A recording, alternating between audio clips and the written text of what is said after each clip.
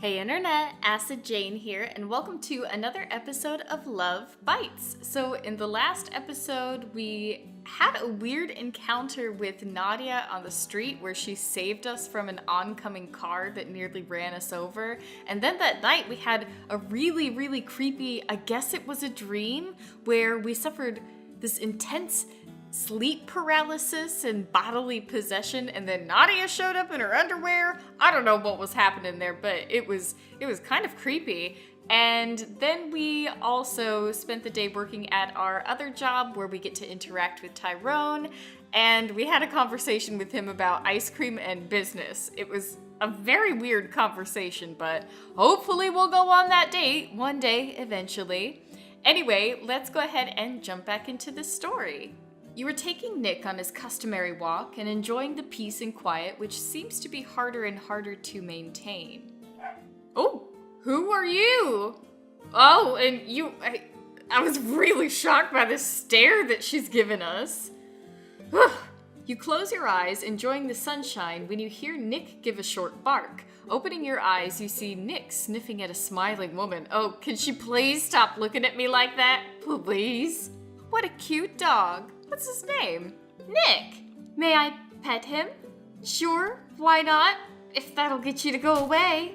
Sarah bends down and lets Nick sniff at the bottom of her hand. He gives a pleased yip and licks her palm. He's a real cutie pie. What breed is he? He's a little of everything. The best kind of dog. Well, I'm sorry for taking up your time. She is still staring at us, and I honestly cannot look at her. Her eyes are shooting through my soul. What the fuck? Oh, I thought she just disappeared into the ground, but I guess she just tripped. Okay, her eyes really rattled me and I need to calm down. With that, Sarah starts to walk off when her foot catches on a crack in the sidewalk and she falls to the ground. Ouch! You rush over to see how she is doing, giving an assisting arm. Just think, they were supposed to fix the sidewalks last year. Are you alright?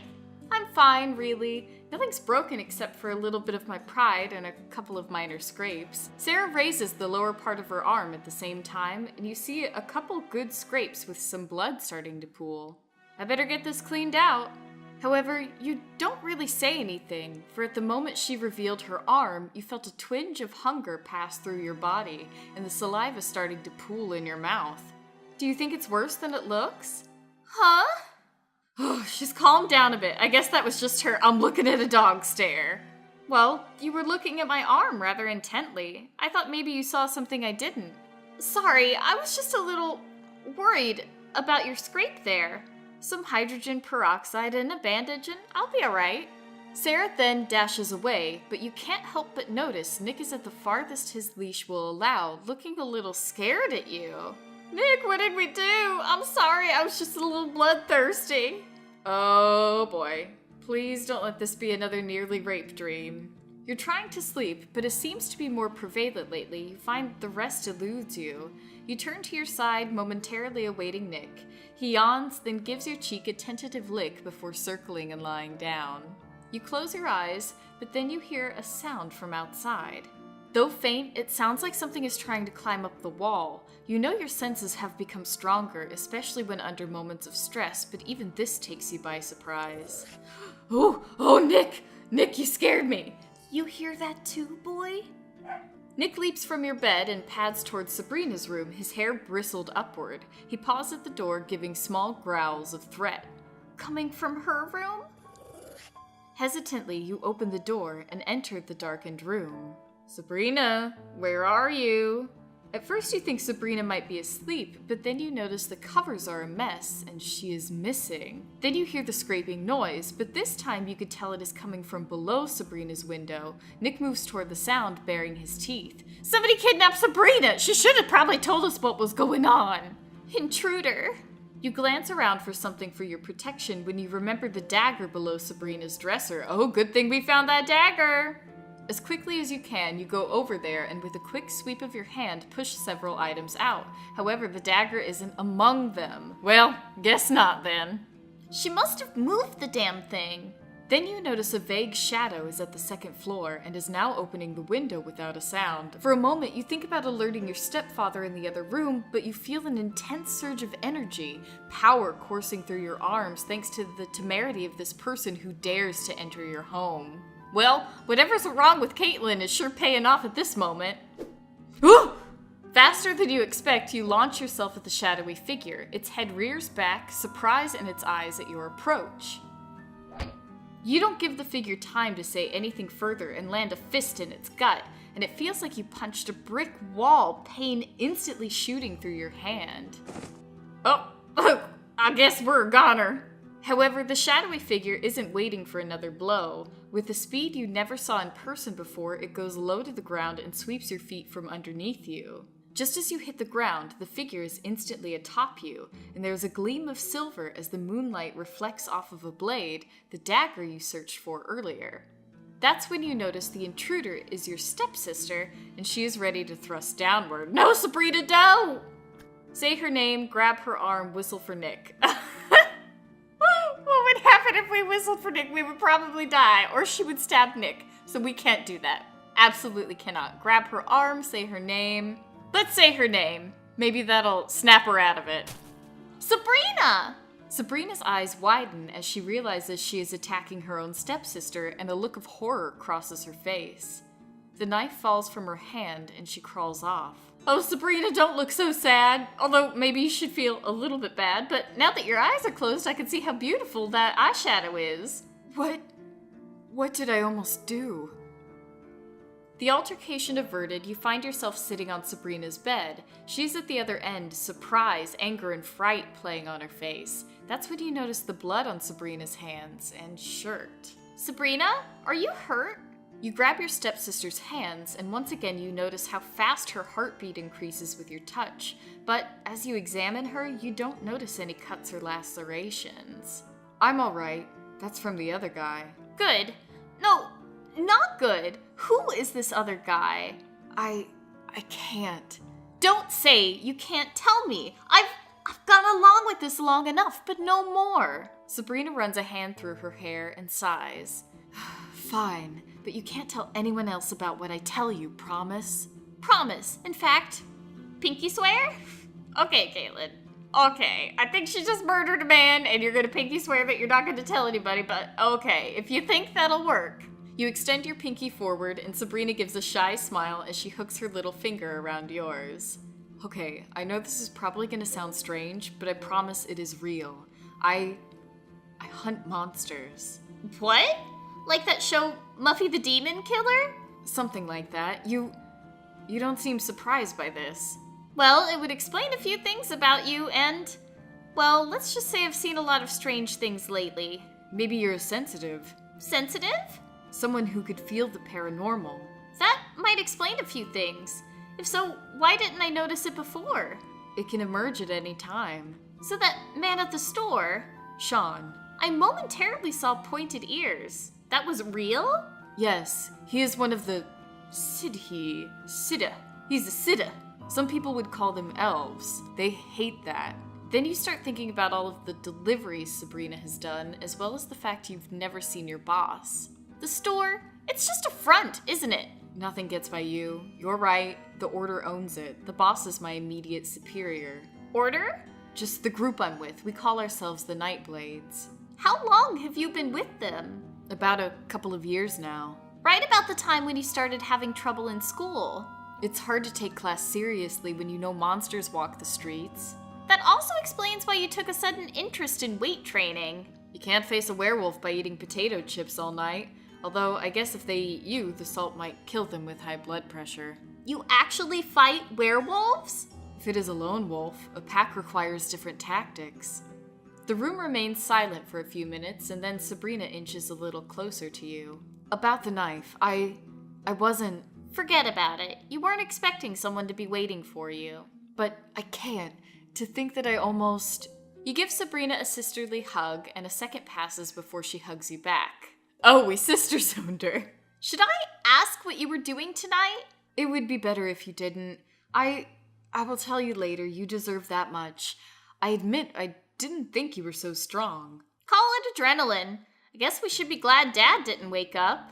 He was always a heavy sleeper, so where do we go from here? Maybe I could assist you. Are you sure you should be doing this? I'll see you in the morning. I'll see you in the morning is a hilarious thing to say. Kind of tempted to say it for that reason, but I think I'm gonna avoid it this time. Are you sure you should be doing this is the real question to ask. Maybe I could assist you. I feel like that's gonna get us the best result, so maybe we'll go ahead and go with that.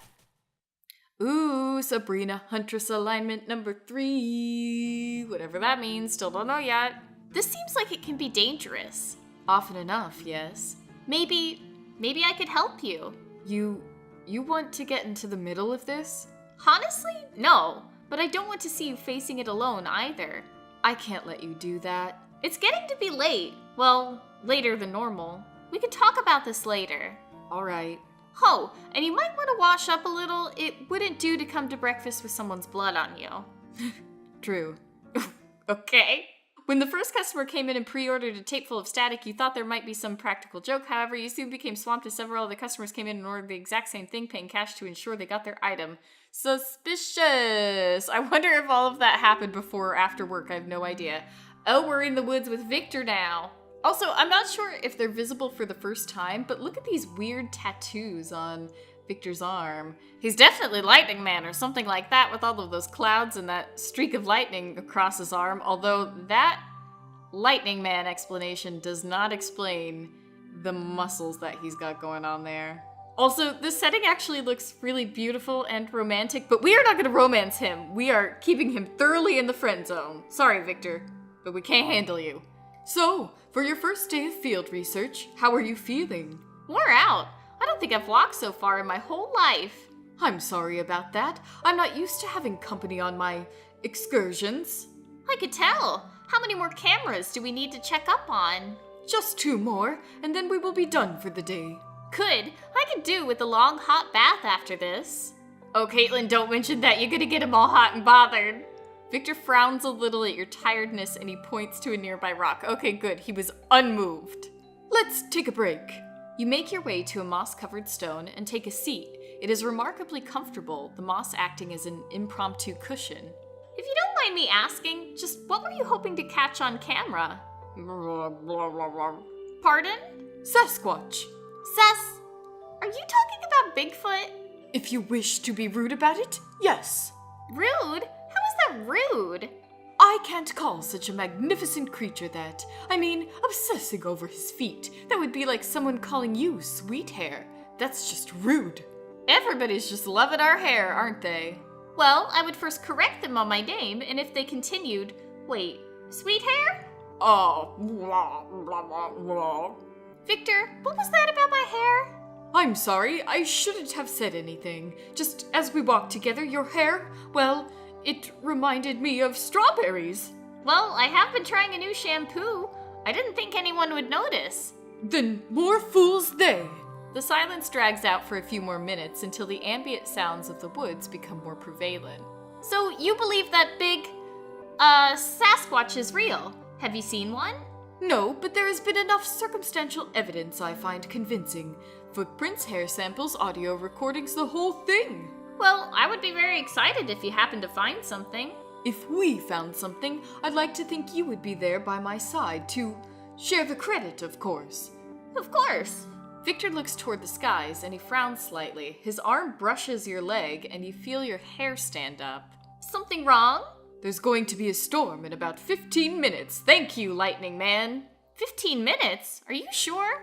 Trust me, I know. You briefly think back to when you met Victor several weeks ago, and at the time he accurately predicted the arrival of a storm. All right, let's get going. You stand up and start making your way through the woods to where you parked. However, the clouds start to darken overhead. Then faint drops of rain start to fall, which feel rather refreshing on your skin after a day of hiking in the woods. If you don't mind me asking, how do you know when a storm is going to start up? I don't know how to describe it. You ever have an itch where you can't scratch? It's sort of like that. When I feel it, I know there is about a half hour to get out of the rain. Have you always had this ability? Victor is silent for a couple of minutes as you both make your way around some large rocks. Suddenly, Victor's eyes widen and he darts ahead. You start to fall in step, but Victor waves you back. Stay right there! Oh, jeez!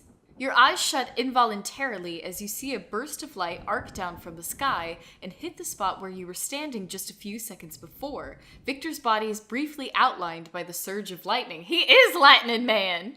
Victor? Stay back, I'll be fine, but I wouldn't recommend getting near me. Once the lightning is gone, you see Victor leaning up against a nearby tree. Other than the slight smell of burned hair, he appears none worse for wear. How is this possible? How long has this been going on? About 3 or 4 years. As for how it is possible, your guess is as good as mine. You walk up to Victor, and much as before, you find the hair on your arm starting to stand up. You didn't piss off Zeus by chance? Not that I know of, and if I did, he has lost his touch. I'm still alive, after all. Now I understand why you don't really carry a cell phone. I mean, how many phones would you go through in a year? I lost track after a while. Not that I can blame customer service for not giving me a replacement. I mean, how many times can you say it was hit with lightning and have them believe it? You find yourself at the edge of the woods, but find Victor reluctantly hanging back. Is something the matter? Just thinking. About what? You? Oh no. Smile, remain neutral, blush. Will blush. You find yourself blushing, though you might be pleased to see Victor's face turning red as well. I think it is obvious that I've enjoyed working with you. However, it might be safer if you quit. Are you talking about the lightning? I admit, that's weird, but I've gone 22 years without being hit. And if you're there, well, I know where not to stand. It's not that. Let's just say that if you continue to work with me, you might find yourself in danger. What sort of danger? Nothing I can put my finger on, but ever since I've started doing my investigation, weird things keep happening. Like the lightning?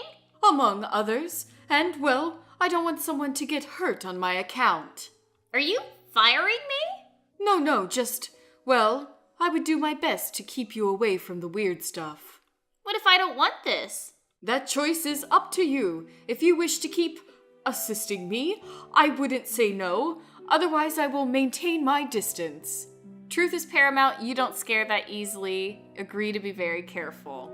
I don't know, because the more I get to know Victor, the more I still think he's really annoying and pretentious, but the more of a nice guy and an actually nice guy he seems, but I don't want to lead him on because I want to go with either Nadia or Tyrone. I want to keep Victor firmly in the friend zone, but this actually seems like a job that's relevant to what Caitlin studied in university and probably the one that she enjoys the most. So I'm gonna try to pick truth as paramount and hope that this does not lead to something romantic. We got the nerd alignment. I think that this might be like the friend zone indicator. I hope, maybe, possibly, I'm not sure, but oh, please let us keep him firmly in the friend zone because I could not stand too much of him. Sometimes science is scary. That doesn't mean it shouldn't be explored. So you wish to keep helping me in my investigations, my experiments? Yes, but you have to start being more open with me. Can do. We should probably get going. This storm is going to get stronger. Every time you counted chemical bottles, the number kept increasing. After the 10th incident of this, Victor said that a gremlin was probably loose in the lab and to pay it no mind. Okay. We're supposed to be with Nadia, but we seem to be in some sort of abandoned building that looks suspiciously like the one that we've seen Victor in a couple of times. But I'm gonna go ahead and stop recording here since I've been recording for quite a while, so I guess we'll have to find out in the next episode what all this is all about. This was a really exciting episode. The story is starting to get very juicy. I'll be sure to upload the next episode shortly after this one. Thank you so much for watching this video, and I will talk to you in another one very soon. Goodbye!